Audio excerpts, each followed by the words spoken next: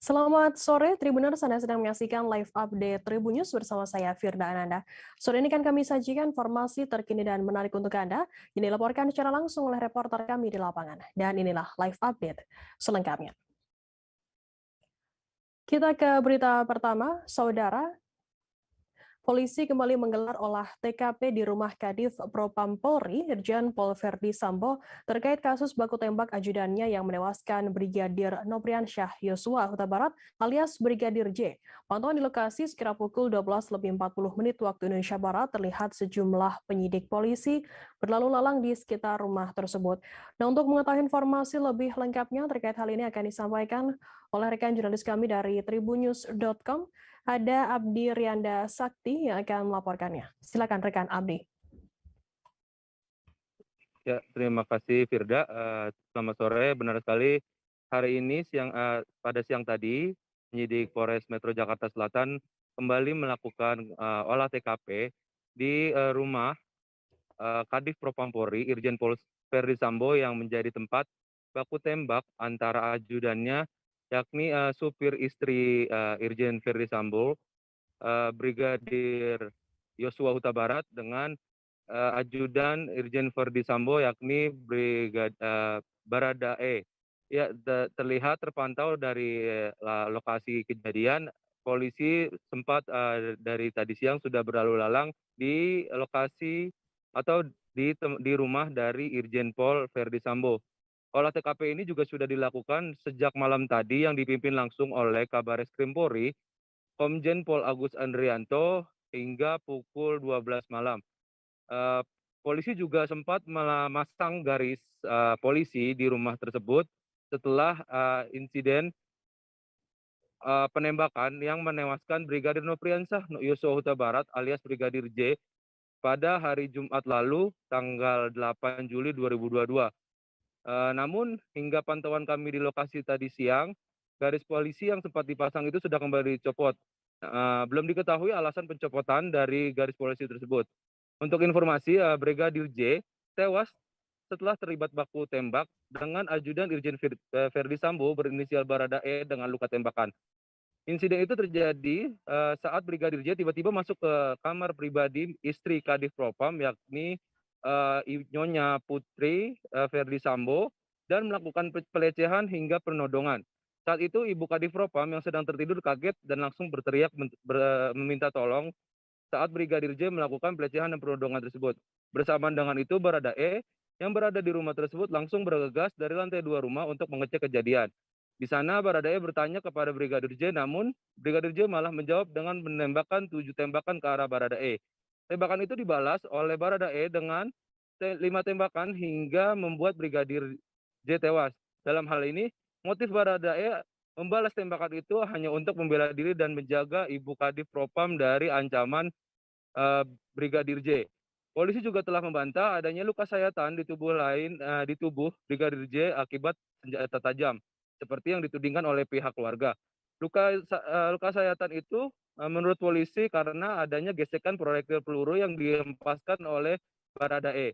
Namun hingga kini polisi mendapat kendala karena CCTV di tempat kejadian tidak sama sekali merekam detik-detik pelecehan hingga baku tembak yang terjadi karena sudah rusak dari 2 minggu yang lalu. Demikian Firda, kembali ke studio. Ya, baik. Terima kasih rekan Abdi dari tribunnews.com atas laporan Anda. Selamat bertugas kembali. Kita beralih ke Jogja, Saudara. Dalam rangka pencegahan pemberantasan penyalahgunaan narkoba dan peredaran gelap narkoba di wilayah hukum Polda Daerah Istimewa Yogyakarta, Ditres Narkoba Polda DIY telah melaksanakan operasi narkoba dengan sandi Narkoba Progo 2022 di seluruh wilayah hukum Polda DIY. Operasi tersebut berlangsung selama 14 hari yang dimulai pada 27 Juni hingga 10 Juli 2022. Informasi lebih lengkapnya akan disampaikan oleh rekan jurnalis kami dari Tribun Jogja. Ada Neti Rukmana yang akan melaporkannya. Silakan rekan Neti.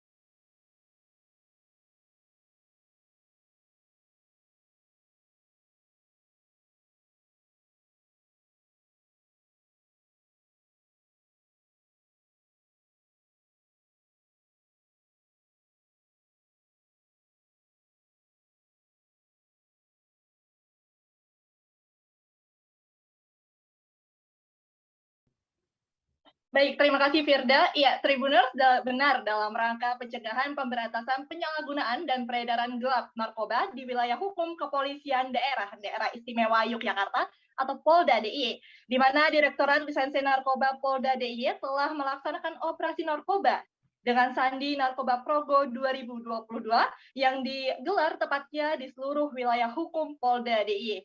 Dalam penyelenggaraan operasi tersebut memang berlangsung selama 14 hari atau dimulai pada 27 Juni hingga 10 Juli 2022. Dan Tribuners, ini dari berdasarkan informasi Kepala Subbidang Penerangan Masyarakat, Bidang Hubungan Masyarakat Polda DIY, Ajun Komisaris Besar Polisi Verena Sri Wahyuningsih menyampaikan bahwa dari hasil operasi 14 hari tersebut, Polda DIY beserta jajaran Polresta dan juga jajaran Polres telah berhasil mengungkap 43 kasus. Dan tentunya kasus tersebut terdiri atas 20 target operasi dengan hasil ungkap kasus sebanyak 20 kasus, sedangkan untuk kasus dari non-target, operasi pihaknya juga berhasil mengungkap 23 kasus. Dan tentunya pada saat konferensi pers berlangsung di lobi Mapolda Polda DIY pada Selasa 12 Juli 2022 siang, pihaknya hanya menghadirkan beberapa tersangka saja dan tujuannya tentu demi keamanan di dalam konferensi pers tersebut. Namun pihaknya tentu telah menghadirkan beberapa barang bukti dari hasil operasi tersebut. Dan Tribuners, senada dengan Kepala Subbidang Penerangan Masyarakat Bidang Hubungan Masyarakat Polda DIY, Ajun Komisaris Besar Polisi Bakti Andriono turut menyampaikan hasil ungkap operasi narkoba Progo pada 2022. Dari hasil itu, pihaknya juga turut menyita barang bukti berupa ganja sebanyak 65 gram, sabu-sabu seberat 79 gram, tembakau gorila sebanyak 31 gram, psikotropika sebesar atau sebanyak 1.009 butir, serta obat-obat keras sebanyak 5.768,5 butir. Dan kendati demikian, untuk tersangka yang didapatkan oleh pihaknya ada sebanyak 42 orang, dan pada saat itu pihaknya turut menyampaikan bahwa telah mendapatkan 1 orang tersangka dengan 2 kasus. Dan adapun kasus yang paling menonjol berupa jaringan adalah ungkapan pada 1 Juli 2022, yakni tersangka AS, FH, dan juga MNB. Sementara mengenai tempat kejadian perkara, tepatnya berada di Kelurahan Lumbung Rejo, Padukuhan Tempel, Kabupaten Sleman, tentunya di DIY, dan juga ditemukan barang bukti 3 paket sabu dengan jumlah total 0,5 gram. Dan adapun kronologis pengungkapan di mana pada saat itu AS dan FH maksud saya, dan MMD dengan cara membeli sabu melalui akun Tata Buddha dan juga seharga 550.000 menggunakan transaksi transfer bank. Jadi berdasarkan informasi dari 3 tersangka tersebut yang telah dilakukan penyelidik, melakukan pengembangan dan juga berhasil menangkap 2 orang pelaku bernama CT dan juga JV, yang mana juga meletakkan beberapa paket narkotika dan juga beberapa tempat di daerah Kapanewon Godean, Kabupaten Sleman, daerah istimewa Yogyakarta. Dan tentunya dari 2 pelaku tersebut berhasil disita barang bukti berupa 2 paket sabu dan juga dengan jumlah total 1 gram 4 paket tembakau gorila dengan jumlah total 4 gram. Dan saat ini barang bukti tersebut masih dalam proses uji laboratoris di Lab 4 Semarang, yang mana kemudian kasus yang ditemukan selanjutnya adalah pengungkapan sabu di Kabupaten Sleman dengan tersangka RAR dan juga FDH. Dan juga Tribuners mengenai TKP tersebut berada di Winong, Boyolali, Jawa Tengah, dan didapatkan kembali barang bukti berupa 8 paket sabu dengan total berat 62,38 gram. Selanjutnya ada 2 kasus yang kembali dikembangkan dan pada akhir minggu ini yang juga didapatkan sebanyak 2 tersangka dengan barang bukti 3 paket sabu dan juga terdapat 4 paket gorila. Kemudian terdapat 3 tersangka kembali dengan paket sabu sebanyak 17 dan pil psikotropika sebanyak 170 butir. Dan mengenai pengembangan terakhir, nanti hasil dari operasi tersebut akan terus dikembangkan kembali oleh pihak yang bersangkutan maksud kami, dan juga dikembangkan walaupun operasi telah selesai. Begitu Firda, kembali ke studio maksud saya. Baik, terima kasih rekan jurnalis dari Tribun Jogja atas laporan Anda. Selamat bertugas kembali. Dan Tribuners akan kami tampilkan wawancara dari AKBP Ferinasri Wahyuningsih, Kasubit Penmas Bid Humas Polda DIY, dan juga Wadir Res Narkoba Polda DIY AKBP Bakti Andriono. Berikut liputannya untuk Anda. Untuk pekerjaan gitu ya, karena bisnis narkoba ini memang salah satu bisnis yang menarik, menggiurkan ya, karena untungnya banyak gitu.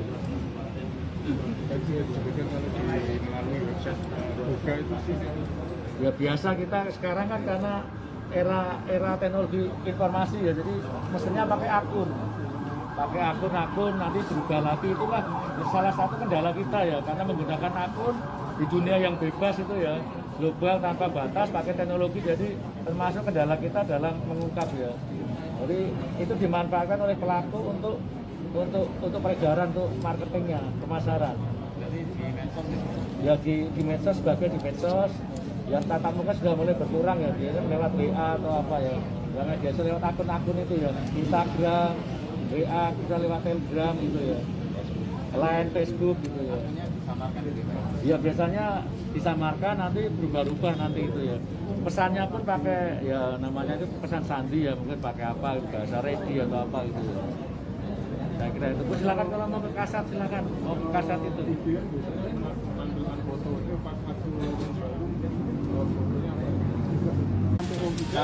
Kita amankan waktu itu BB-nya foto kita lumayan banyak, sekitar 200 lebih butir. Kemudian kita lakukan pengembangan yang bersangkutan.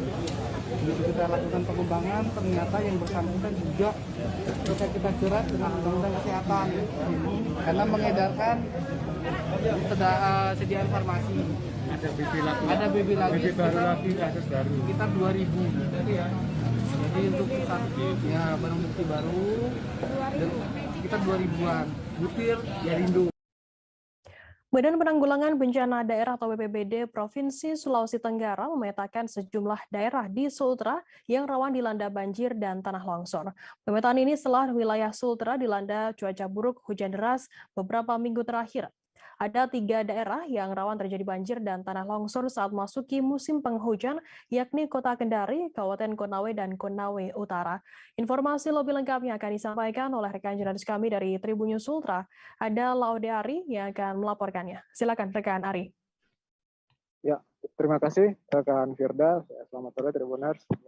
Nah, sekali Badan Penanggulangan Bencana Daerah Provinsi Sulawesi Tenggara melakukan pemetaan untuk sejumlah daerah di Sulawesi Tenggara yang masuk ke dalam kategori rawan bencana banjir dan tanah longsor. Dalam pemetaan BPBD Sultra ada dari 17 kabupaten kota ada 3 daerah yang dikatakan rawan terjadi banjir dan tanah longsor, yakni Kota Kendari, Kabupaten Konawe, dan Konawe Utara. Dari pernyataan Kepala Bidang Kedaruratan dan Logistik BPBD Provinsi Sulawesi Tenggara dari Tilnarnya mengatakan bahwa untuk di daerah Kota Kendari rawan terjadi tanah longsor dan beberapa titik ada juga daerah yang rawan terkena banjir saat memasuki musim hujan. Kemudian untuk di Kabupaten Konawe ada juga beberapa titik jalur yang dari Kendari menuju Kolaka, dan yang saat kita menuju ke Kolaka akan melewati jalur tersebut di daerah Konawe rawan terjadi tanah longsor karena di situ banyak terjadi ada bukit-bukit yang akan dilalui. Kemudian untuk di Konawe Utara, BPBD memetakan bahwa untuk di Konawe Utara rawan terjadi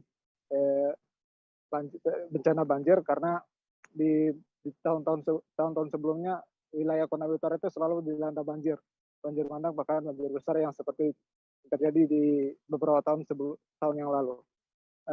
Dari Tilnari mengatakan bahwa untuk pemetaan ini karena lihat kondisi curah hujan yang terjadi di wilayah Sulawesi Tenggara itu yang terus-menerus turun, bahkan sampai berminggu-minggu, berhari-hari.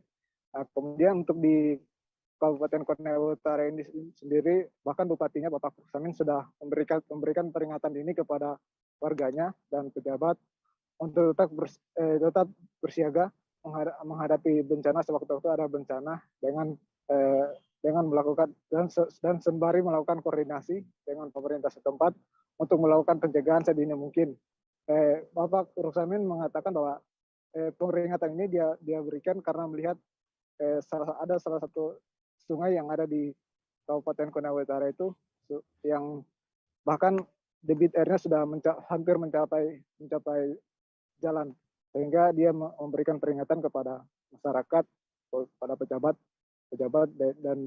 dan kepala desa serta kelurahan yang untuk tetap bersiaga, memberikan himbauan kepada masyarakat tentang adanya bencana banjir. Kemudian Dedet Hillary juga mengatakan bahwa selain 3 daerah itu, mereka juga melakukan pemantauan rutin ke sejumlah daerah lain yang rawan terjadi bencana. Begitu pula yang ada di wilayah kepulauan yang saat musim penghujan itu ada juga disertai dengan badai yang ada di laut. Demikian Firda, laporan dari saya. Ya. Baik, terima kasih rekan Ari atas laporan Anda. Selamat bertugas kembali. Dan Tribuners akan kami tampilkan keterangan dari Dedet Ilnari Yusta, Kabid Kedaruratan dan Logistik BPBD Sultra. Berikut liputannya untuk Anda. Melakukan koordinasi dengan seluruh BPBD di kabupaten dan kota, dan memang ada beberapa wilayah yang saat ini sudah mengalami hujan dengan intensitas tinggi. Di antaranya Konawe Utara, kemudian Kota Kendari, dan beberapa wilayah lainnya di kabupaten kota. Untuk Konawe Utara sendiri, Bupati sudah mengeluarkan surat peringatan dini terkait dengan tingginya intensitas hujan di Konawe Utara. Mereka mengeluarkan surat peringatan dini karena ada sungai di Konawe Utara, itu Sungai Lalindu, itu sudah mulai debit airnya sudah mulai tinggi. Kemudian untuk Kota Kendari ada beberapa longsoran dan ada pohon tumbang yang sama kita saksikan juga itu di daerah MTQ, kemudian di beberapa wilayah di Kota Kendari. Kemudian juga untuk di daerah Konawe itu ada terjadi longsoran di beberapa titik sepanjang jalur Kendari ke Kolaka. Sampai saat ini juga kami memang sudah melakukan koordinasi dengan seluruh BPBD untuk tetap siaga terhadap adanya ancaman hidrometeorologi ini, dan bukan hanya untuk wilayah daratan saja kita peringatkan, tapi juga untuk seluruh wilayah baik di daratan maupun kepulauan. Kita beralih ke informasi selanjutnya, Saudara. Polisi menangkap jambret gelang emas senilai 45 juta rupiah di Kota Pekanbaru. Pelaku berinisial AR, 21 tahun, yang beraksi bersama seorang rekannya berinisial RB yang saat ini masih dalam pengejaran aparat kepolisian. Aksi keduanya saat menjambret terekam oleh kamera CCTV. AR dan RB melancarkan pencurian modus jambret pada Kamis 30 Juni sore lalu. Informasi lebih lengkapnya akan disampaikan oleh rekan jurnalis kami dari Tribun Pekanbaru, ada Rizky Armanda yang akan melaporkannya. Silakan rekan Rizky. Ya, baik. Terima kasih, Firda. Dapat saya laporkan bahwa korban dari aksi jambret ini merupakan seorang wanita bernama Dewi. Dan ketika itu korban sedang berboncengan dengan sepeda motor bersama kakak kandungnya dan melintas di Jalan Sukakarya, Gang Sayu, Kelurahan Tuah Karya, Kecamatan Tuah Madani, Kota Pekanbaru. Dan ketika itu kedua pelaku AR dan RB juga berboncengan dengan sepeda motor. Dan saat itu kedua pelaku kemudian memepet korban dari arah sebelah kiri, dan pelaku AR yang duduk di boncengan kemudian merampas gelang milik korban seberat 20 emas sampai gelang tersebut putus, dan kedua pelaku kemudian tancap gas melarikan diri. Atas kejadian ini korban melapor ke pihak kepolisian, dan hanya berselang beberapa hari kemudian, tepatnya pada Sabtu 9 Juli 2022, aparat kepolisian dari Satuan Reserse Kriminal Polresta Pekanbaru mendapatkan informasi tentang keberadaan dari pelaku AR, yakni di salah satu kos-kosan di daerah Marsan, masih di Kecamatan Tuah Madani, Kota Pekanbaru. Dan akhirnya pelaku AR dapat ditangkap, dan Selain pelaku, polisi juga menyita sejumlah barang bukti, diantaranya 1 unit handphone dan juga cincin. Sementara untuk gelang emas sudah dijual oleh pelaku dengan dititipkan kepada pelaku lainnya berinisial HB yang saat ini juga masih dalam pengejaran aparat kepolisian. Dan untuk perbuatannya, pelaku AR dijerat dengan pasal 365 KUHP tentang pencurian dengan kekerasan dan ancaman hukumannya 9 tahun penjara. Begitu, Firda. Ya, baik. Terima kasih rekan Rizky dari Tribun Pekanbaru atas laporan Anda. Selamat bertugas kembali. Kita beralih ke Maluku, saudara. Organisasi Pers Aliansi Jurnalis Televisi Indonesia atau IJTI Provinsi Maluku akhirnya mendatangi Sentral Pelayanan Kepolisian Terpadu atau SPKT Polda Maluku pada Selasa 12 Juli. Kedatangan IJTI ke Mapolda Maluku untuk melaporkan ajudan Gubernur Maluku Iketut Wardana atas tindakannya jurnalis Moluka TV Sofyan Muhammadiyah yang dinilai mengancam kebebasan pers. Di Polda Maluku sendiri tampak korban Sofyan Muhammadiyah ditemani oleh Ketua IJTI Maluku Immanuel Alfred Sauhali dan sekretarisnya Jaya Barens dan beberapa anggota lainnya. Informasi lebih lengkapnya akan disampaikan oleh rekan jurnalis kami dari Tribun Ambon. Ada Alvin Risanto yang akan melaporkannya. Silakan rekan Alvin. Ya, baik. Terima kasih rekan Firda. Jadi pelaporan ini terjadi itu sebelumnya terjadi di mana jurnalis dari Moluka TV ini, yakni Sofyan Muhammadiyah ini saat itu sedang merekam kedatangan Gubernur Maluku Murad Ismail bersama Ketua PPK yang tak lain adalah istrinya Widya Murad Ismail di Namlea pada hari Sabtu tanggal 9 bulan 7 2022, di mana pada saat itu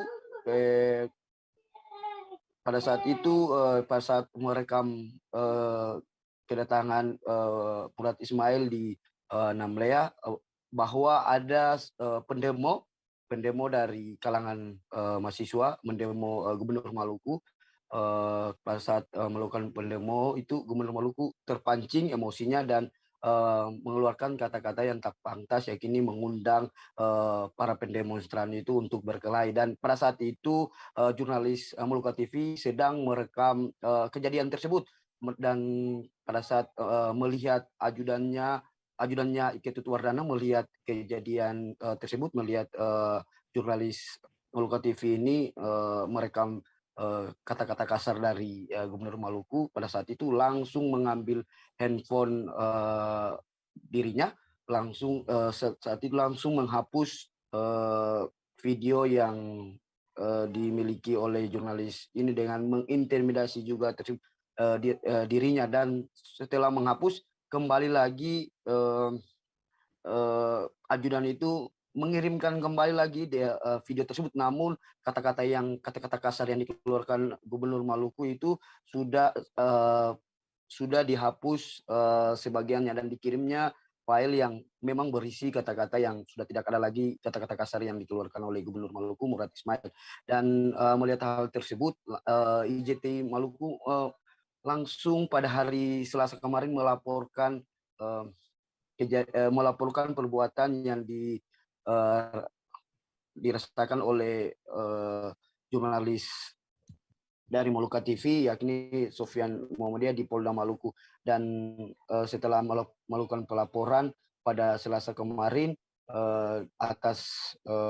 diarahkan untuk dilakukan laporan pengaduan, dan sudah diterima, dan saat ini laporan tersebut sedang diproses oleh Polda Maluku.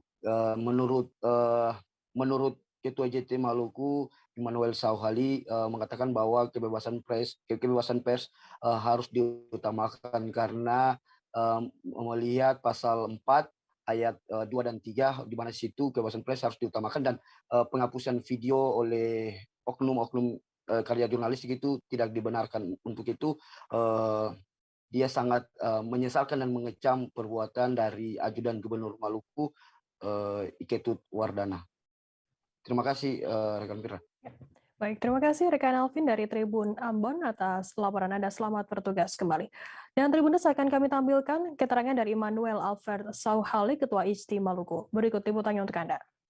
Hari ini kita mendampingi kawan-kawan dari Maluku TV melaporkan adegan Gubernur Maluku yang ada kejadian di buruh itu menghapus materi liputan dari salah satu kontributor Maluku TV. Nah, ini kita datang ke Polda hari ini untuk melakukan pengaduan terhadap perbuatan yang hilang. Nah, di sini kita mengadu dia dengan perbuatan tidak menyenangkan dan melanggar undang-undang pers. Peningkatan kasus positif COVID-19 kembali terjadi di Balikpapan, di mana sudah terdapat 67 kasus positif COVID-19 terbaru yang dikonfirmasi pihak pemerintah Kota Balikpapan. Namun tidak semua sampel dari kasus positif tersebut dikirimkan ke Badan Penelitian dan Pengembangan Kesehatan untuk diteliti varian virusnya. Hanya sebanyak 15 sampel saja dan hasilnya pun sudah diterima. Dari 15 sampel tersebut ada 6 sampel yang positif COVID-19 varian virus BA5. Untuk mengetahui informasi lebih lengkapnya terkait hal ini, akan disampaikan oleh rekan jurnalis kami dari Tribun Kaltim, ada Ari Nindita yang akan melaporkannya. Silakan rekan Ari.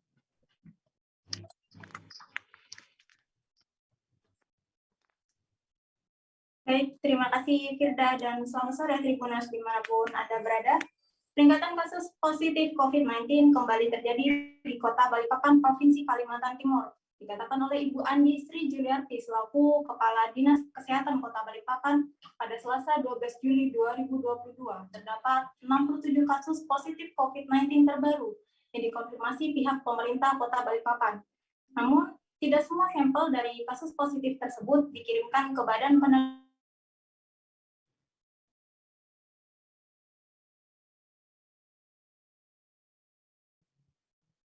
Halo, rekan Ari.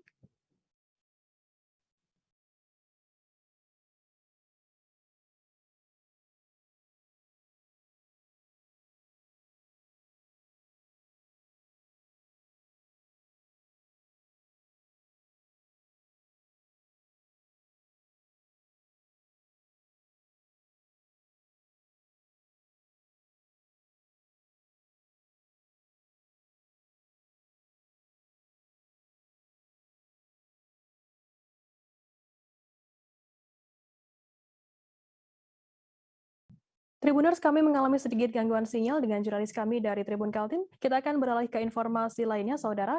Petugas Dinas Pemadam Kebakaran Kabupaten Bogor mengevakuasi pedagang kios burung yang ditemukan tak bernyawa di Jalan Raya Jakarta Bogor, Kampung Mandalasari, RT 1 RW 3 Desa Cimandala, Kecamatan Sukaraja, Bogor pada Senin 11 Juli malam. Kejadian tersebut terjadi sekitar pukul 9 malam dan diketahui korban berjenis kelamin laki-laki berinisial P, 43 tahun. Kejadian tersebut berawal dari kecurigaan sang istri dari pedagang kios burung tersebut yang tak bisa dihubungi. Kemudian anggota kepolisian bersama warga berusaha menobrak pintu yang terkunci dan melihat korban yang sudah tak bernyawa. Informasi lebih lengkapnya akan disampaikan oleh rekan jurnalis kami dari Tribun Bogor. Ada Amar yang akan melaporkannya. Silakan rekan Amar. Baik, terima kasih rekan Firda. Ya, bagi Tribuners ditemukan satu orang tak bernyawa di dalam kios burung miliknya yang berada di Jalan Raya Jakarta Bogor, Kampung Mandalasari, RT 1 RW 3 Desa Cimandala, Kecamatan Sukaraja, Kabupaten Bogor pada hari Senin malam. Nah, menurut keterangan warga sekitar atau tetangga kios korban, jadi pada hari Senin tersebut kios korban itu dari pagi hingga malam hari itu dalam kondisi menutup. Sedangkan pada hari-hari biasanya kios tersebut selalu buka dari pagi hingga pukul 6 sore begitu Tribuners. Nah, kemudian tetangga ini tidak memiliki kecurigaan lain. Mungkin warga tersebut menduga bahwa sang pemilik kios yang berinisial P dengan usia 43 tahun tersebut sedang keluar atau sedang ada urusan di luar. Namun ketika pada malam harinya sang istri korban berinisial P menghubungi tetangganya tersebut untuk meminta dicek ke kiosnya karena sang suaminya sejak pagi hari tersebut tidak ada kabar. Padahal biasanya setiap hari korban itu selalu mengirimi kabar kepada keluarganya yang di Jawa Tengah. Nah, diketahui juga bahwa korban yang berinisial P ini tinggal seorang diri di kiosnya yang berada di Jalan Raya Jakarta Bogor tersebut. Nah, kemudian setelah sang istrinya meminta tetangga kios korban untuk mengecek ke kiosnya dalam keadaan terkunci. Kemudian tetangganya berusaha mencari cara lain dengan cara melempar dengan batu ke pintu yang berada di lantai 2. Namun tak kunjung ada respon, akhirnya warga berinisiatif untuk mencoba memanjat lantai 2 tersebut menggunakan tangga dari luar. Nah, namun sebelum memanjat, warga berinisiatif untuk melapor ke pihak RT agar tidak terjadi kesalahpahaman. Nah, setelah ke pihak RT datang, barulah dilihat ke lantai 2 tersebut dan melihat korban dalam kondisi tak bernyawa di dalam kamarnya dengan kondisi tertidur. Nah, menurut penuturan warga juga bahwa di sebelah korban itu masih terdapat sisa makanan yang belum habis. Nah, dengan demikian diduga warga memperkirakan bahwa korban itu meninggal karena sakit bawaan. Jadi tidak ada unsur kekerasan maupun kejahatan lainnya karena dalam kios itu pun korban hanya sendiri. Nah, karena kesulitan dilakukan evakuasi melalui bagian dalam kios tersebut sempit karena banyak sekali tumpukan bahan-bahan makanan burung seperti itu, dan juga tangganya itu sangat curam dan hanya bisa dilalui untuk 1 orang. Nah, untuk mengevakuasinya warga menghubungi pihak kepolisian dan pihak kepolisian juga menghubungi Dinas Pemadam Kebakaran Kabupaten Bogor untuk dilakukan evakuasi melalui lantai 2 pintu luar ya. Nah, kemudian korban berinisial P tersebut berhasil dievakuasi oleh pemadam kebakaran sekira pukul 23 waktu Indonesia bagian barat. Nah, setelah berhasil dievakuasi, pihak keluarga meminta untuk jenazah korban ini dirapikan atau dimandikan, disolati, dikafani di Bogor.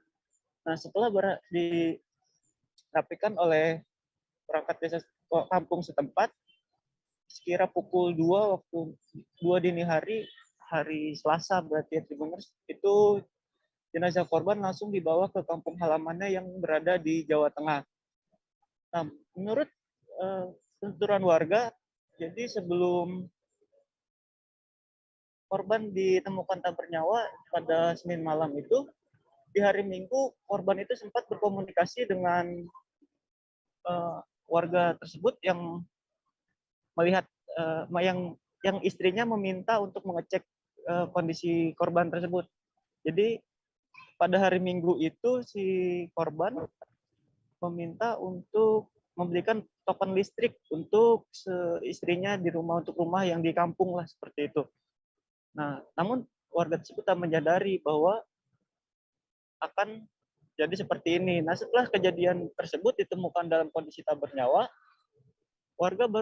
salah satu warga tersebut baru menyadari bahwa WhatsApp dari korban itu menunjukkan terakhir dilihat pada sekira pukul 21:19 pada hari Minggu. Nah, kemungkinan juga warga menduga korban itu sudah tak bernyawa pada malam itu, jadi di hari Seninnya begitu, Tribuners. Begitu rekan kita yang dapat kami laporkan dari Kabupaten Bogor. Baik, terima kasih rekan Amar dari Tribun Bogor atas laporan Anda. Selamat bertugas kembali. Kita beralih ke informasi lainnya, Saudara. Niswa Wulansari 31 tahun atau NW, seorang ibu rumah tangga asal Garut, harus mendekam di penjara. Ia terjerat hukum karena menipu puluhan pedagang minyak. Ia menipu puluhan korban dengan cara menawarkan minyak goreng dengan harga lebih murah daripada yang beredar di pasaran. Pelaku diketahui merupakan warga Belimbangan yang berdomisili di Kecamatan Pamengpek, Kabupaten Garut, Jawa Barat. 20 pedagang menjadi korbannya. Mereka mengalami kerugian mulai dari 50 juta hingga 300 juta rupiah. Informasi lebih lengkapnya akan disampaikan oleh rekan jurnalis kami dari Tribun Jabar, ada Sidki Al-Ghifari yang akan melaporkannya. Silakan rekan Sidki. Baik, selamat sore Firda, selamat sore Tribuners dimanapun Anda berada. Telah terjadi penipuan minyak goreng begitu di Kabupaten Garut yang dilakukan oleh pelaku berinisial NW. NW ini merupakan warga Limbangan, namun berdomisili di Kecamatan Pamumpek begitu, Kabupaten Garut. Jadi selama bulan Maret ini sampai Juni, dia melakukan penipuan ke berbagai korbannya, yaitu para pedagang minyak goreng di Garut, dengan melakukan penipuan begitu, dengan mengiming-imingi bisa mendapatkan minyak goreng padanya dengan harga yang cukup murah dibandingkan di pasaran. Ini korban pun tergiur, akhirnya beberapa pesanan atau orderan pertama ini berhasil begitu, sehingga korban mengorder lagi minyak goreng itu dengan jumlah yang besar atau partaian, dan saat diorder ternyata minyak yang dibeli oleh korban itu tidak kunjung datang. Ini NW ini memang sudah melakukan penipuan ini, korbannya banyak dari berbagai daerah di Jawa Barat, termasuk di Kabupaten Garut itu sendiri. Ini korban kerugiannya 55 juta sampai ratusan juta rupiah begitu, dengan total kerugian 1,9 miliar rupiah. Ini polisi sekarang sedang menyelidiki, Firda, karena beberapa korban sempat mengajukan meminta kepada polisi untuk suami NW ini untuk diperiksa begitu, karena memang diduga ada keterlibatan dari suami NW ini dalam menjalankan aksi penipuan ini, karena para korban ini pertama kali dikenalkan dengan NW itu melalui suami itu sendiri. Jadi memang korban saat ini akan membawa bukti-bukti yang kuat tentunya untuk kembali menyerahkan kepada polisi untuk penyelidikan lebih lanjut. Kami mengimbau juga kepada seluruh masyarakat yang dimanapun Anda berada, saat ini memang marak penipuan-penipuan yang mengatasnamakan murahnya minyak goreng, namun tentunya pihak kepolisian juga mengimbau kepada masyarakat agar tidak tergiur dengan harga yang miring yang jauh di pasaran, karena memang kasus seperti ini di Garut tidak hanya terjadi sekali, khususnya di Garut begitu, dan diharapkan masyarakat bisa berhati-hati. Berikut, Firda. Ya, baik. Terima kasih rekan jurnalis dari Tribun Jabar atas laporan Anda. Selamat bertugas kembali. Dan Tribuners, akan kami tampilkan wawancara dari AKBP Wirdanto Hadi Caksono, Kapolres Garut, Jawa Barat. Berikut liputannya untuk Anda. Untuk pelaku itu melakukan perbuatan tersebut dengan cara menawarkan minyak goreng dengan harga yang di bawah standar. Kemudian setelah korban itu mengorder, kemudian pertama diberikan minyaknya. Kemudian setelah itu misalnya harganya sebenarnya di pasaran misalnya harganya 300, dia bisa menjual ke para korban itu 200, sehingga akhirnya korban merasa tergiur untuk melakukan pemesanan lebih lanjut karena harganya murah.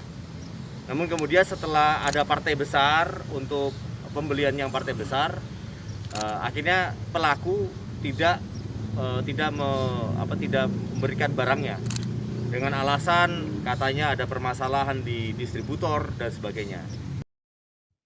Peningkatan kasus positif COVID-19 kembali terjadi di Balikpapan, di mana sudah terdapat 67 kasus positif COVID-19 terbaru yang dikonfirmasi oleh pihak pemerintah Kota Balikpapan. Namun tidak semua sampel dari kasus positif tersebut dikirimkan ke Badan Penelitian dan Pengembangan Kesehatan untuk diteliti varian virusnya. Hanya sebanyak 15 sampel saja yang hasilnya pun sudah diterima. Dari 15 sampel tersebut, ada 6 sampel yang positif COVID-19 varian virus BA5. Untuk mengetahui informasi lebih lengkapnya akan disampaikan oleh rekan jurnalis kami dari Tribun Kaltim, ada Ari Nindita yang akan melaporkannya. Silakan rekan Ari.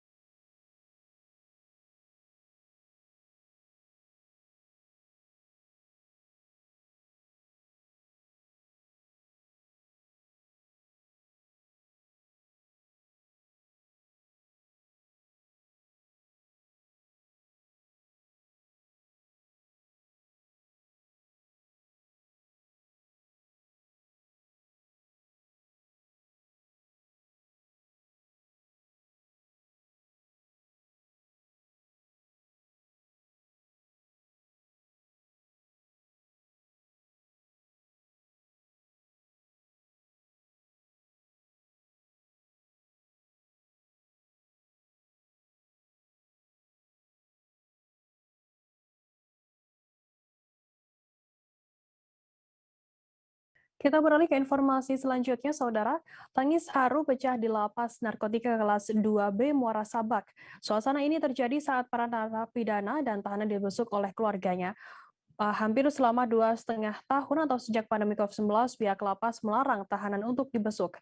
Raut wajah kegembiraan diiringi isak tangis, kesedihan, serta rasa haru terlihat di wajah Ibu Ina, warga Kabupaten Tanjung Jabung Timur saat bertemu dengan sang suami yang saat ini tengah menjalani pembinaan di lapas narkotika kelas 2B Muara Sabak. Informasi lebih lengkapnya akan disampaikan oleh rekan jurnalis kami dari Trifani Halim dari Tribun Jambi yang akan melaporkannya. Silakan rekan Trifani. Ya, terima kasih rekan Firda. Saya melaporkan dari Tanjung Jabung Timur. Saat ini kita dapat mengetahui bahwa lapas narkotika Muara Sabak telah membuka kunjungan bagi para keluarga narapidana maupun tahanan yang dibina di lapas narkotika sejak tanggal 4 lalu. Nah, saat ini juga Tribuners dapat kita sampaikan bahwa bagi yang ingin menjenguk keluarga itu harus membawa bukti vaksin ketiga atau vaksin booster atau memiliki surat antigen ya, Tribuners. Jadi bagi para warga harus diberlakukan untuk membawa antigen atau vaksin ketiga. Nah, dari liputan saya saat itu, Tribuners, bahwa saya menemukan salah satu pihak keluarga itu sangat senang, gembira, bahkan bercampur tangis karena senang ya, Tribuners. Ya, kita melihat bahwa sudah 2 tahun pihak keluarga tidak dapat bertemu, hanya bisa menyapa melalui video call yang disediakan oleh pihak lapas. Nah, namun di sini juga Tribuners banyak juga masyarakat yang tidak dapat masuk karena tidak memiliki vaksin. Hal itu tanpa terkecuali ya, Tribuners. Jadi juga saya sudah mau bertemu juga salah satu Ibu Ina, namanya itu juga, Tribuners. Dia sangat senang sekali, haru bertemu keluarganya, Tribuners, hingga menangis, Tribuners. Nah, itu yang dapat kita sampaikan, Tribuners, dari Kabupaten Tanjung Jabung Timur. Rifani Halim melaporkan. Baik, terima kasih rekan Rifani Halim atas laporan Anda. Selamat bertugas kembali. Dan Tribuners, akan kami tampilkan wawancara dari Syahroni Ali, Kalapas Narkotika kelas 2 Muara Sabak. Berikut liputannya untuk Anda. Seperti apa? Sesuai dengan surat edaran Direktur Jenderal tanggal 30 Juni 2002, untuk kunjungan di lapas itu telah dibuka, namun ada beberapa syarat bagi masyarakat yang ingin berkunjung melihat warga binaan di sini. Itu harus vaksin 3, dan apabila tidak bisa menunjukkan vaksin 3, barangkali harus ada antigen. Dalam satu hari berapa kita terima kunjungan? Untuk warga binaan sesuai dengan surat edaran dia maksud, itu dalam 1 minggu itu 1 kali hak warga binaan untuk dikunjungi oleh pihak keluarga, dan yang berkunjung pun dibatasi hanya 3 orang untuk berkunjung ke lapas. Ini keluarga inti berarti ya? Ya, keluarga inti. Anak dan istri ataupun orang Ya, tua? tidak bisa teman dan sebagainya. Itu kita menurut edaran itu belum bisa. Belum bisa ya? Berarti untuk antusias para pengunjung ini seperti apa? Kalau kita lihat, apakah banyak atau tidak ada yang... Kalau rata-rata kunjungan sih masih standar, karena kami sudah sebelumnya begitu ada surat edaran itu, kami sosialisasi secara menyeluruh kepada warga binaan, karena kalau video call di lapas itu keluarganya bisa, warga binaannya bisa memberitahukan kepada pihak keluarga bahwa ada syarat tertentu untuk datang ke lapas. Tetapi ada juga yang kita tolak, tapi tidak terlalu banyak. Mungkin barangkali mereka tidak begitu paham barangkali, dan kita berikan pengertian dan mereka menerima. Waktunya berapa lama Pak untuk kunjungan ini? Kalau kunjungan seharusnya kan 15 menit. Namun kalau cuma hanya 3 orang per orang, ya kita memahami itu untuk dalam waktu berkunjung. Maksimal berapa dari kita Pak? Untuk waktu 15 menit. 15 menit. Ya, untuk bertemu keluarga 15 menit. Kalau SOP-nya belum berubah. Kalau banyak, kita sampaikan kepada pihak keluarga untuk memahami bahwa ini penuh kan gitu. Jembatan penghubung Desa Bahari, Kecamatan Watu tak kunjung diperbaiki oleh Dinas Pekerjaan Umum atau PU Luwu Timur, Sulawesi Selatan. Warga desa mengeluh kondisi jembatan dari bahan kayu ini sudah mau rubuh. Warga terpaksa membentangkan batang kelapa di atas jembatan agar bisa dilalui kendaraan. Informasi lebih lengkapnya akan disampaikan oleh rekan jurnalis kami dari Tribun Timur. Ada Ivan Ismar yang akan melaporkannya. Silakan rekan Ivan.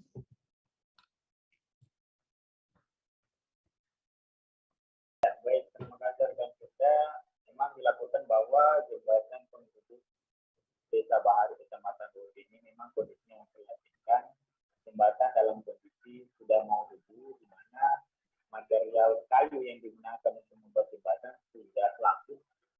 Untuk itu masyarakat mengeluh kepada pemerintah karena usulan yang 3 tahun dilayangkan oleh pemerintah Desa Bahari kepada pemerintah dalam hal ini PU saat ini belum juga direalisasikan untuk dibuatkan model permanen. Nah, hal ini juga mengundang reaksi warga Desa Bahari yang ingin mendatangi kantor dinas PU untuk meminta atau mendesak pemerintah agar jembatan di penghubung itu bisa segera diperbaiki. Itu diketahui bahwa jembatan penghubung di Desa Bahari adalah jembatan sangat vital untuk aktivitas masyarakat di sana karena rata-rata warga di Desa Bahari itu berpenghasilan dari usaha tambak dan usaha pertanian seperti kelapa, kopra, dan ikan-ikan bandeng maupun udang. Nah, jembatan inilah yang digunakan untuk membawa hasil-hasil panen dari tambak maupun hasil pertanian. Karena kondisinya yang kemarin sudah nyaris roboh, maka warga secara swadaya membentangkan batang kelapa di atas jembatan agar bisa dilalui oleh kendaraan baik truk maupun mobil pickup. Karena kejadian kemarin bahwa ada salah satu pengendara yang jatuh karena jembatan roboh pada salah satu sisinya. Untuk itu masyarakat Desa Bahari sangat berharap agar jembatan tersebut bisa segera diperbaiki. Bukan hanya jembatan, namun akses jalan yang menjadi sarana vital juga, mereka berharap bisa diperbaiki dan itulah yang kemudian disampaikan oleh Kepala Desa Bahari Batu Pangerang berdasarkan dengan masyarakat untuk agar jembatan ini secepat mungkin oleh pemerintah kabupaten dalam hal ini segera diperbaiki. Begitu ya rekan. Baik, terima kasih rekan Ivan Ismar dari Tribun Timur atas laporan Anda. Selamat bertugas kembali. Kita akan tampilkan Tribuners wawancara yang tadi sudah dihimpun oleh rekan Ivan dari Baso Pangerang, Kepala Desa Bahari. Berikut liputannya untuk Anda.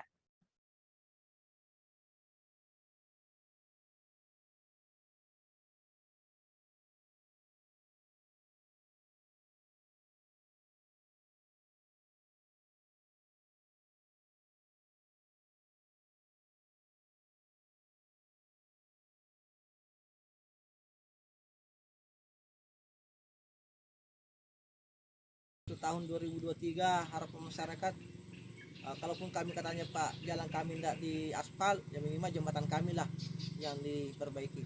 Itu harapan masyarakat. Kami juga paham, masyarakat juga paham bahwa anggaran daerah terbatas, bukan cuma kita yang membutuhkan ya. Jadi permintaannya masyarakat ya tolonglah, mudah-mudahan prioritas sekali ini jembatan.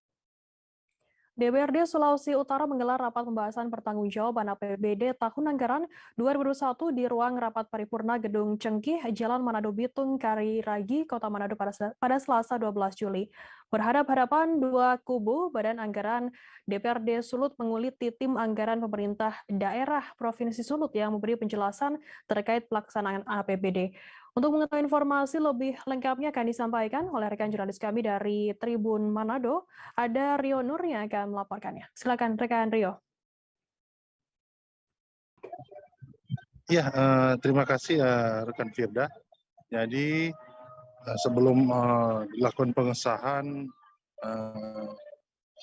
laporan pertanggungjawaban penggunaan APBD 2021, maka DPRD menggelar rapat bersama dengan pemerintah Provinsi Sulawesi Utara, di mana rapat itu terdiri dari dua kubu, yaitu tim anggaran pemerintah daerah dan badan anggaran DPRD Provinsi Sulawesi Utara.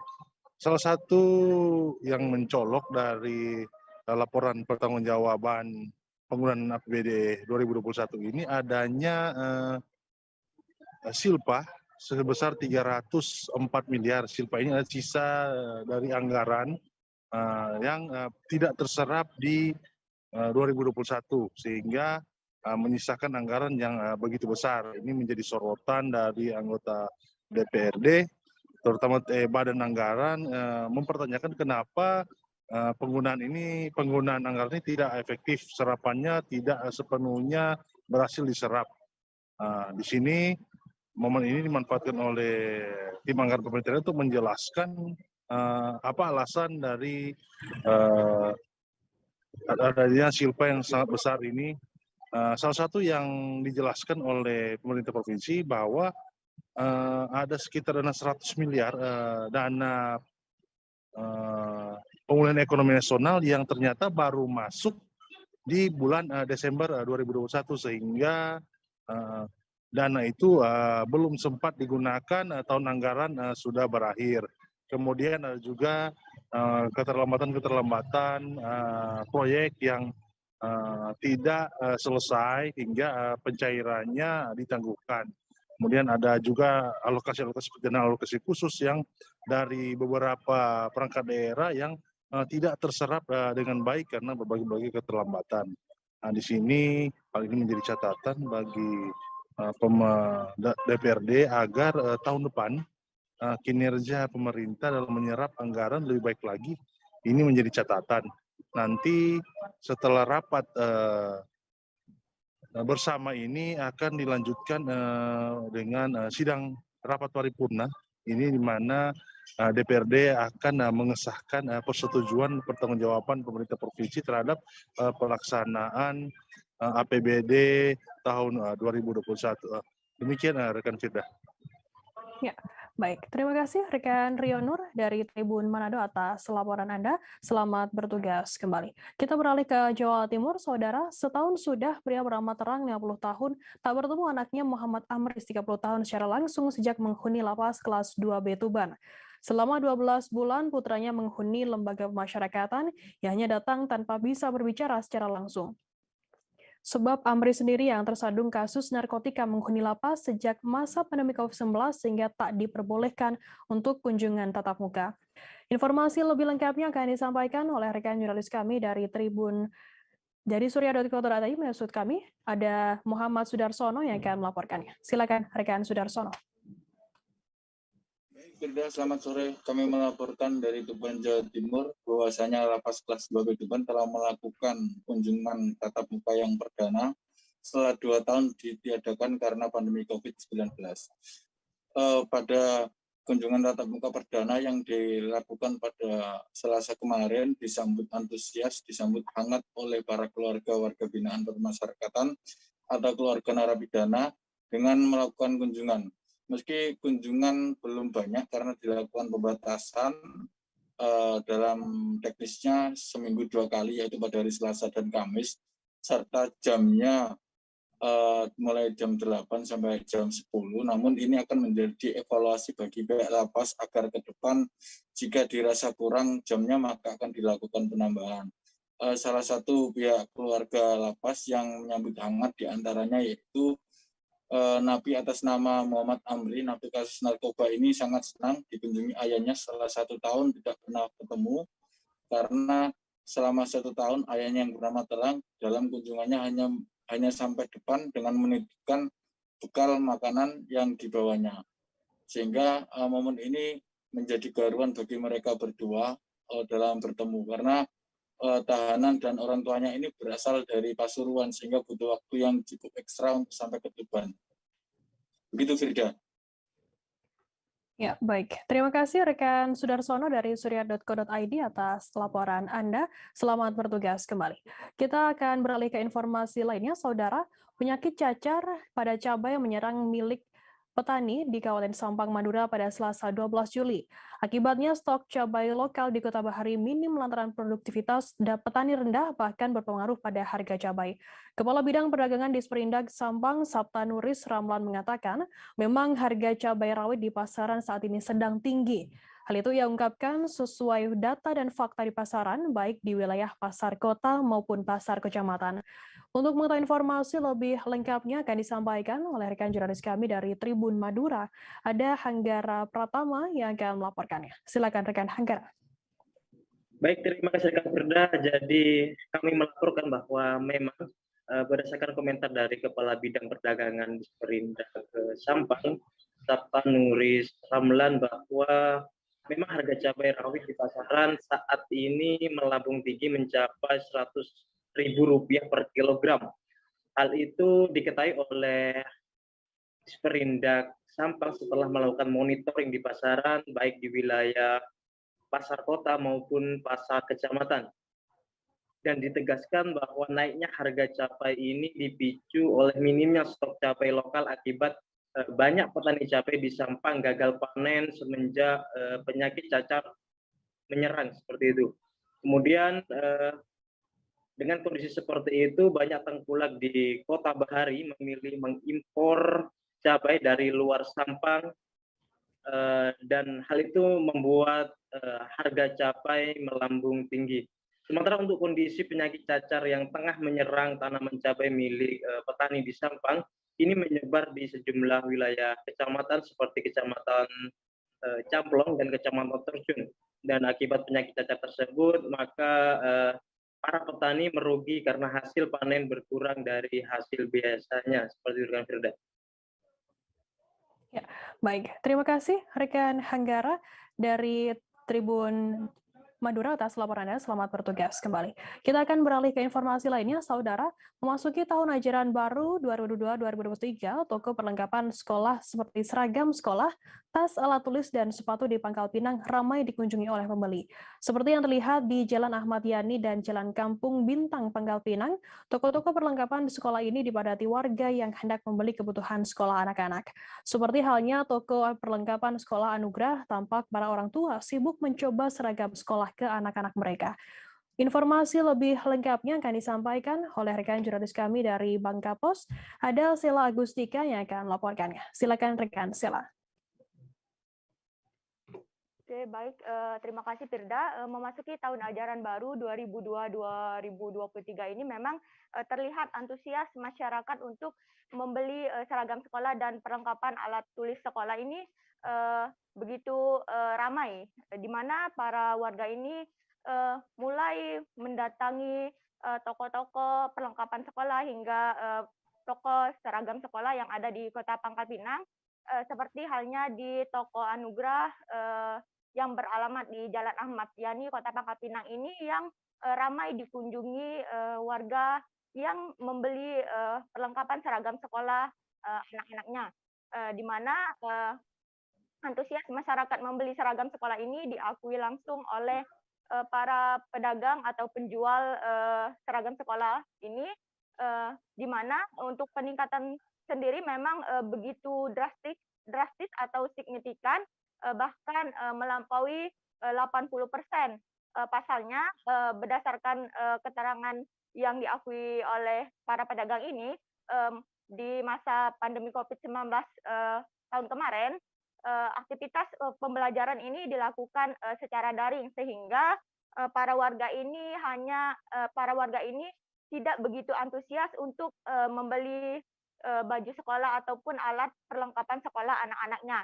Nah, sementara di tahun ajaran baru ini 2022 dan 2023 ini pembelajaran ini sendiri telah normal dilakukan secara tatap muka, sehingga para warga ini antusias menyambut tahun ajaran baru ini dengan membeli perlengkapan sekolah seperti baju sekolah, tas, hingga sepatu.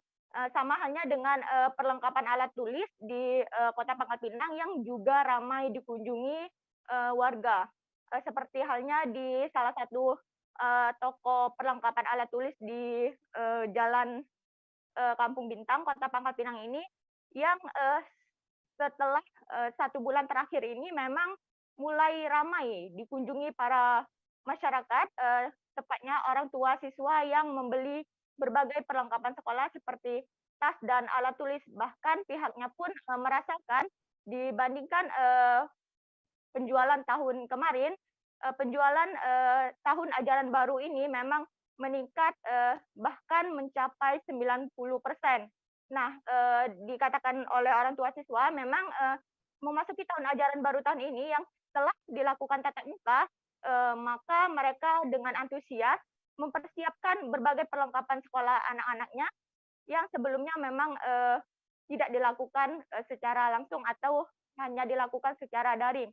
Sehingga memasuki tahun ajaran baru ini, para orang tua ini mempersiapkan berbagai perlengkapan alat sekolah yang baru juga untuk anak-anaknya. Sekian dan terima kasih. Baik, terima kasih rekan Sela dari Bangka Pos atas laporan Anda. Selamat bertugas kembali. Kita akan beralih ke informasi lainnya, saudara.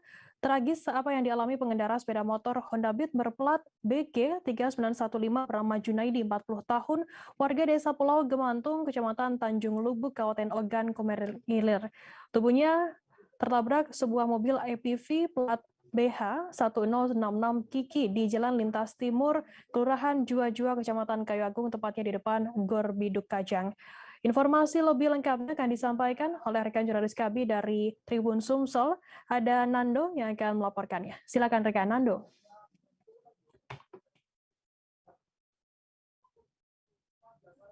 Ya, selamat sore pemirsa Tribun News dimanapun berada, dan Firda di studio. Dapat saya sampaikan bahwa tepat kemarin sekitar jam 12 siang telah terjadi kecelakaan lalu lintas, yaitu mengakibatkan pengemudi sepeda motor Honda Beat berplat BG 3915 yang ditabrak APV plat BH 1066 QQ di Jalan Lintas Timur Cemata, Kelurahan Jua-Jua, Kecamatan Kayu Agung. Tepatnya di depan Gedung Olahraga Biduk Kajang, Kayu Agung. Jadi dalam kejadian itu Junaidi melaju dari arah Kayu Agung hendak menuju ke kota Palembang dan ingin mendahului mobil APV dari arah Palembang menuju Kayu Agung. Tetapi mengenai penyebab pasti masih dalam penyelidikan. Hal tersebut diungkapkan oleh Kapolres Oki AKBP Dilianto melalui Kasat Lantas AKP Sadli.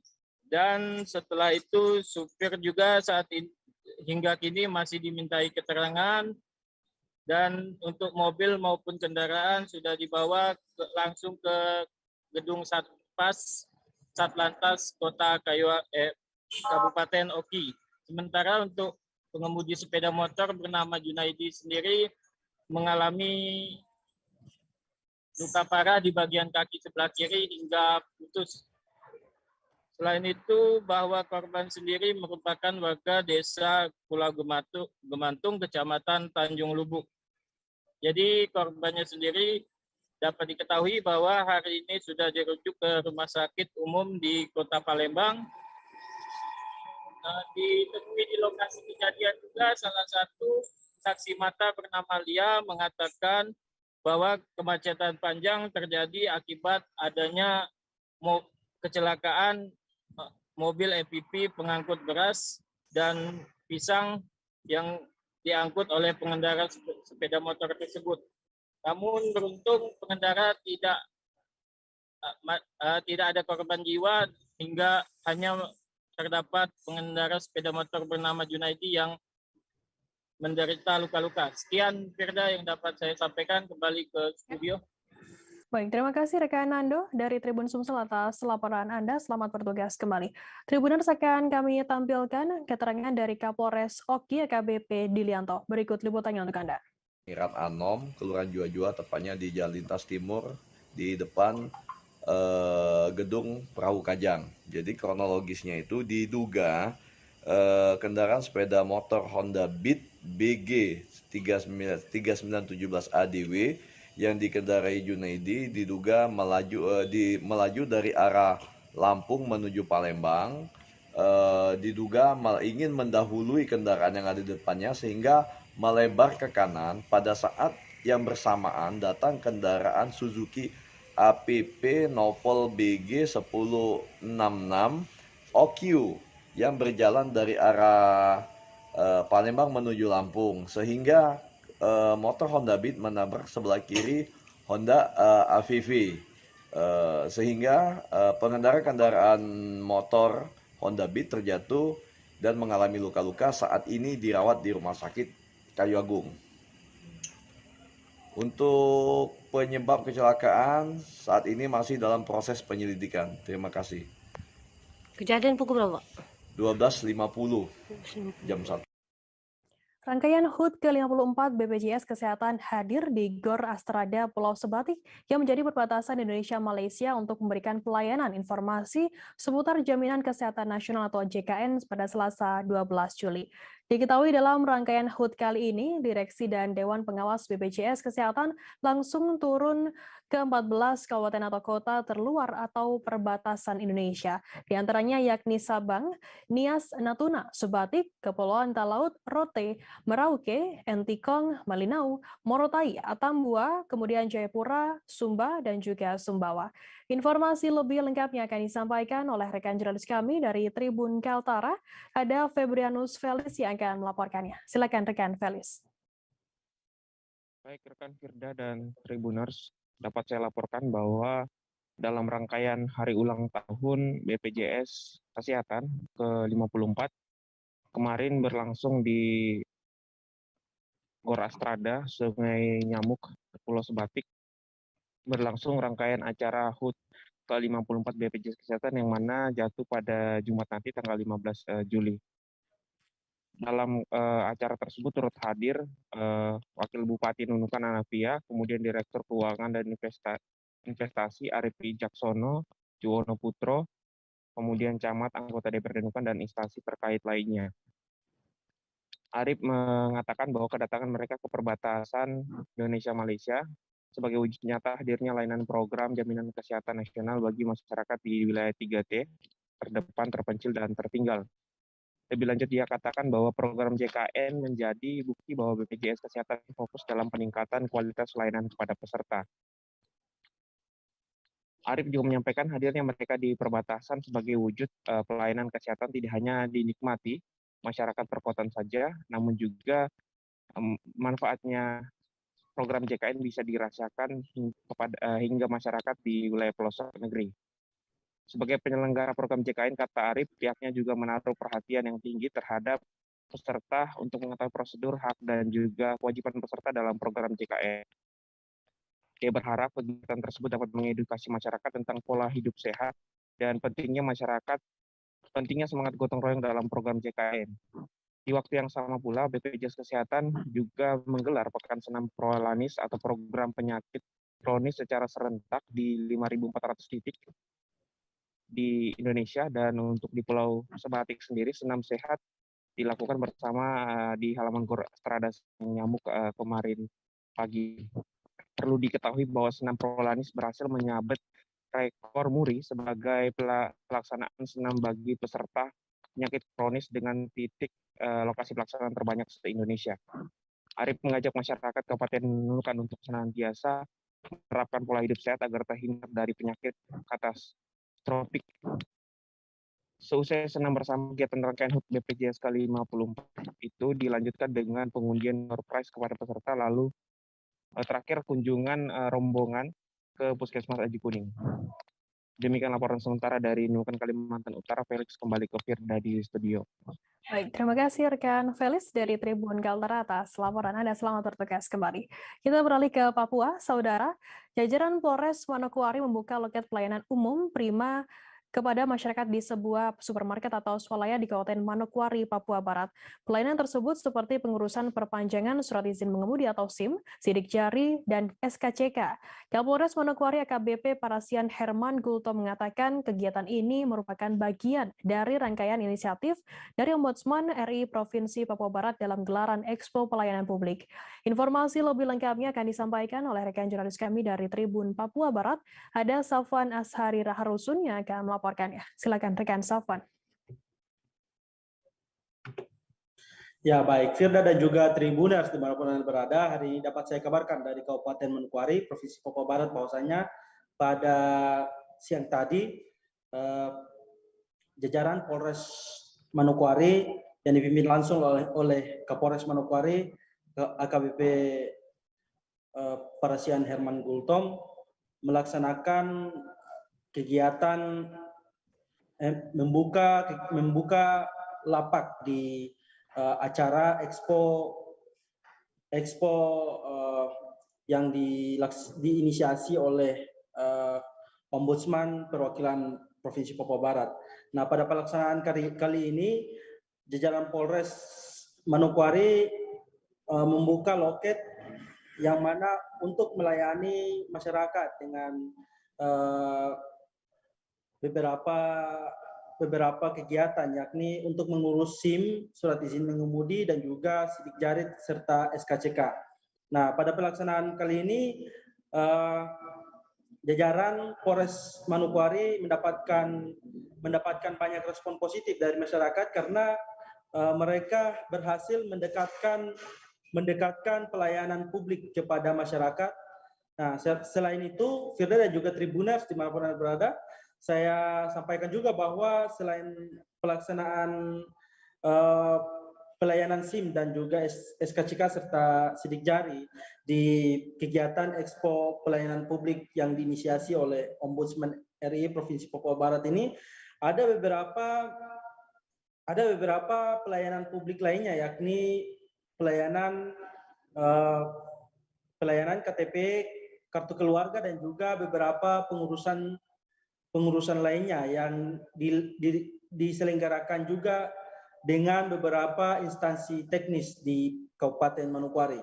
Nah, Kapolres Manokwari berharap kegiatan ini bisa diimplementasikan di jajarannya sehingga pelaksanaannya tidak terkesan hanya di mall itu saja, namun tetap dilaksanakan terus-menerus begitu.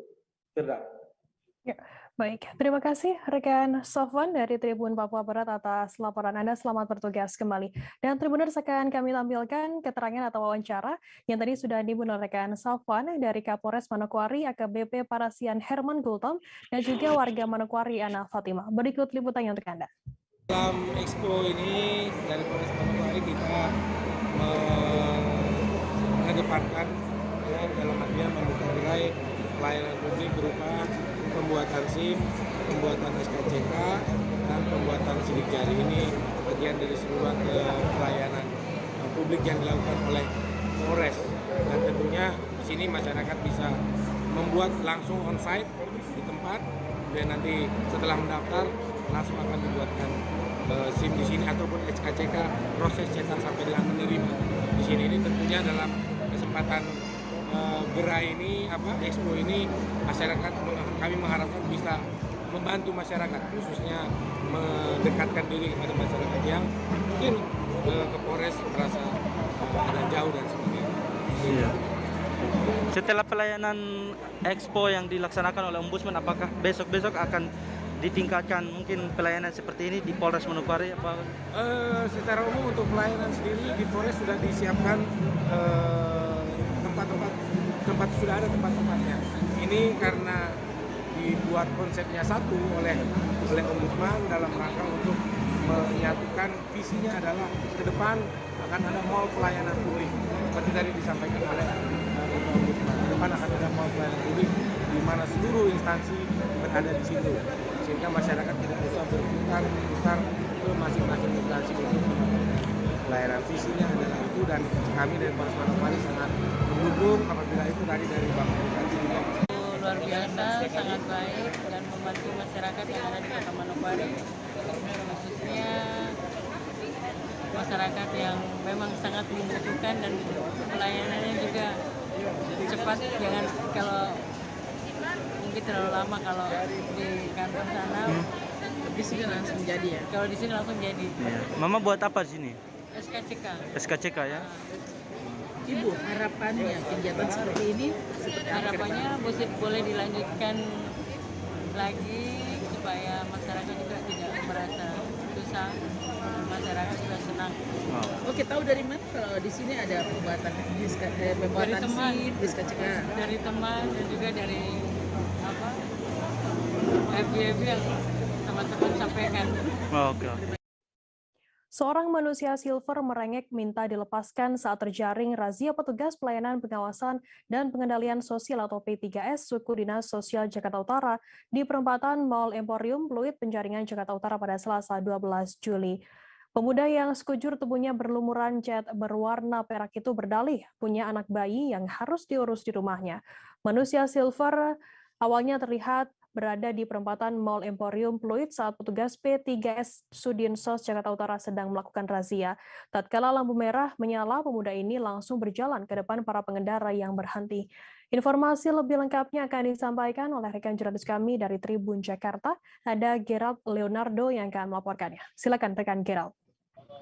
Ya, selamat petang Firda dan juga Tribuners. Dapat saya laporkan memang bahwa pada Selasa 12 Juli 2022 kemarin, petugas P3S dari Suku Dinas Sosial Jakarta Utara melakukan razia penyandang masalah kesejahteraan sosial atau PMKS di beberapa jalan di wilayah Kecamatan Penjaringan Jakarta Utara, di mana memang Firda dan juga Tribuners dalam prosesnya petugas menyasar sejumlah PMKS di mana seperti pengemis, pengamen, dan juga manusia silver yang memang sehari-harinya kerap terlihat di jalan-jalan atau ruas-ruas jalan di sekitar Kecamatan Penjaringan Jakarta Utara.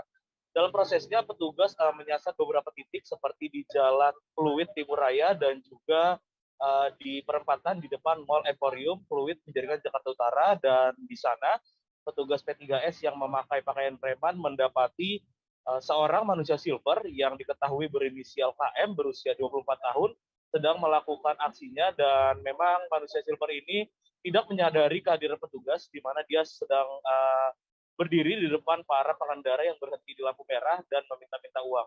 Pada saat yang bersamaan memang Firda dan juga Tribuners, petugas langsung menangkap manusia silver ini dan membawanya ke trotoar jalan, namun memang ketika hendak dibawa atau dimasukkan ke mobil petugas P3S Sudin Sosial Jakarta Utara, pemuda berinisial KM ini merengek dan minta dilepaskan karena yang bersangkutan ini berdalih bahwa dirinya harus pulang ke rumah dan mengurusi anak-anaknya yang masih balita dan bayi, dan akhirnya tanpa mempedulikan ucapan petugas atau manusia silver ini, petugas langsung membawa KM ke mobil untuk selanjutnya diproses lebih lanjut. Dan dalam prosesnya Firda dan juga Tribuners dapat saya laporkan bahwa razia PMKS Selasa 12 Juli kemarin, petugas P3S Sudinsos Jakarta Utara menjaring sedikitnya 6 orang PMKS yang terdiri dari manusia silver dan juga pengemis serta pengamen yang ditemui dari beberapa ruas jalan di Penjaringan Jakarta Utara. Setelah diamankan, ke-6 PMKS ini langsung dibawa oleh petugas ke Panti Sosial Jakarta Utara untuk menjalani pembinaan lebih lanjut. Kembali ke Anda, Firda. Baik, terima kasih rekan Gerald dari Tribun Jakarta atas laporannya. Selamat bertugas kembali. Kita akan beralih ke informasi lainnya, Saudara. Wali Kota Pontianak Edi Rusdi Kamtono merasa sangat prihatin karena masih banyak pengunjung yang membuang sampah sembarangan di taman-taman yang ada di Kota Pontianak, terkhusus di Taman Sepeda Untan Pontianak yang kerap terjadi kejadian serupa. Di akhir pekan atau hari-hari libur, banyak pengunjung yang menyisakan hamparan sampah berserakan di lapangan. Pihaknya akan membentuk tim sosialisasi yang akan mengimbau pengunjung taman supaya membuang sampah pada tempat sampah yang telah disediakan. Informasi lebih lengkapnya akan disampaikan oleh rekan jurnalis kami dari Tribun Pontianak, ada Muhammad Rokib yang akan melaporkannya. Silakan rekan Rokib.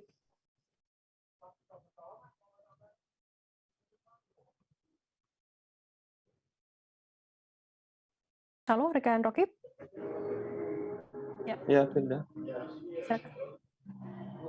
Ya, terkait dengan keprihatinan Taman Sepeda Untan Pontianak itu telah disampaikan oleh Wali Kota Pontianak beberapa waktu lalu bahwa masih banyak sampah yang berserakan ya.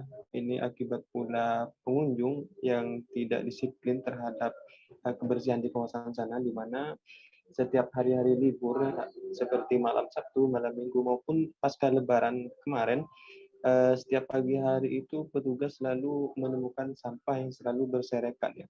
Padahal di kawasan tersebut sudah disiapkan berbagai tempat sampah atau bak sampah dan juga poster dan banner ya.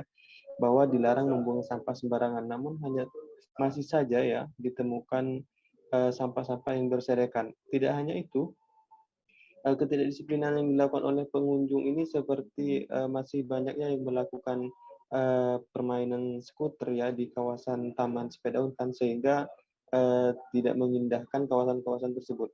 Dari tampak video yang telah saya lampirkan ini, masih banyak warga yang bermain skuter maupun sepeda listrik di kawasan tersebut. Kemudian banyaknya sampah yang berserakan ya, sehingga petugas harus bekerja keras ya setiap paginya. Nah, menanggapi hal itu, Wali Kota Pontianak Edi Rusdi Kamtono akan membentuk tim sosialisasi ya di kawasan tersebut yang nantinya akan memberikan sosialisasi ataupun himbauan kepada para pengunjung agar membuang sampah pada tempatnya yang telah disediakan ya.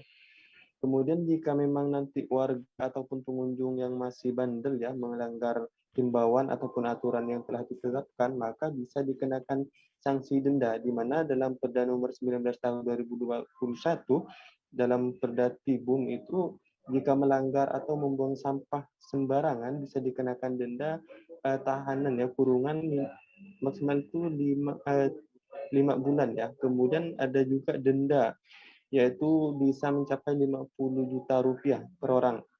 Nah, hal ini dilakukan oleh pemerintah Kota Pontianak sebagai bentuk agar pengunjung ini bisa memiliki efek jerah. Seperti itu, Dinda. Ya, baik. Terima kasih rekan jurnalis dari Tribun Pontianak, Roke, atas laporan Anda. Selamat bertugas kembali.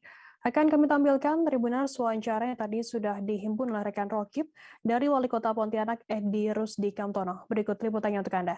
Cenderungan membludaknya pengunjung, terutama di hari libur dan malam libur ya, Sabtu, malam Minggu, misalnya hari Minggu, ini tetap akan menjadi perhatian kita. Saya akan membentuk tim untuk sosialisasi kepada mereka-mereka supaya taat, tertib menjaga keamanan dan kebersihan lingkungan serta etika. Di taman dibuat untuk memberikan ruang interaksi, ruang terbuka hijau dan rekreasi keluarga, bukan untuk hal-hal yang negatif. Nah, nanti setelah kita lakukan sosialisasi, kita beri pengumuman sebagai para pengunjung apabila mereka masih melanggar, baru kita lakukan tindakan represif, misalnya dengan denda, dipiring dan seterusnya, sesuai dengan Perda Tibum. Harusnya kan ada bak sampah, mereka membuang di bak sampah tersebut. Ada yang menjawab begini, Pak itu penuh Pak, bak sampah ini kan ya, harusnya tetap di situnya, di tempat yang bukan berarti penuh langsung dia cecer di tempat lain atau di tempat duduknya, ditinggal dan seterusnya. Harusnya kan tetap dibuang supaya petugas sampah mudah mengangkutnya dan kita juga tidak melihat sampah berceceran di. Kasus baku tembak antara dua personil polisi di rumah dinas Kadif Profesi dan Pengamanan atau Propam Polri, Jenderal Irjen Pol Verdi Sambo yang menewaskan Brigadir J alias Brigadir Nofriansyah Yosua Huta Barat masih menjadi misteri. Beredar kabar penembakan tersebut dipicu karena korban Brigjen J melakukan pelecehan seksual kepada istri dari Kadif Propam Irjen Pol Verdi Putri Chandrawati.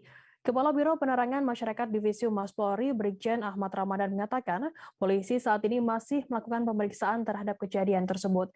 Pelaku diketahui berinisial Baradae yang menembak Brigadir J hingga tewas dengan 4 luka tembak. Penembakan yang terjadi di rumah Kadif Propam di Kompleks Polri Duren 3, Kecamatan Mampang, Jakarta Selatan terjadi pada Jumat 8 Juli lalu. Adapun kejadian aksi baku tembak antara Brigadir J dengan Baradae diduga akibat pelecehan yang dilakukan Brigadir J kepada Putri Chandrawati atau Nyonya Putri Verdi Sambo atau istri Kadif Propam Polri. Peristiwa terjadi ketika Brigadir J memasuki kamar pribadi Kadif Propam, di mana saat itu istri dari Kadif Propam sedang istirahat. Kemudian Brigadir J melakukan tindakan pelecehan dan menodongkan dengan menggunakan senjata pistol ke kepala istri Kadif Propam. Sontak seketika ibu Kadif Propam berteriak minta tolong. Akibat teriakan tersebut, Brigadir J panik dan keluar dari kamar. Teriakan tersebut langsung direspons Baradae dengan pertanyaan ada apa dan langsung dijawab dengan tembakan oleh Brigadir J. Saat itu Baradae berada di lantai atas. Dari atas tangga kurang lebih 10 meter bertanya ada apa namun direspons dengan tembakan yang dilakukan oleh Brigadir J. Akibat tembakan tersebut kemudian terjadilah saling tembak dan berakibat Brigadir J meninggal dunia. Ramadan mengungkapkan pelaku melakukan penembakan karena motif membela diri, yakni membela istri Kadif Propam.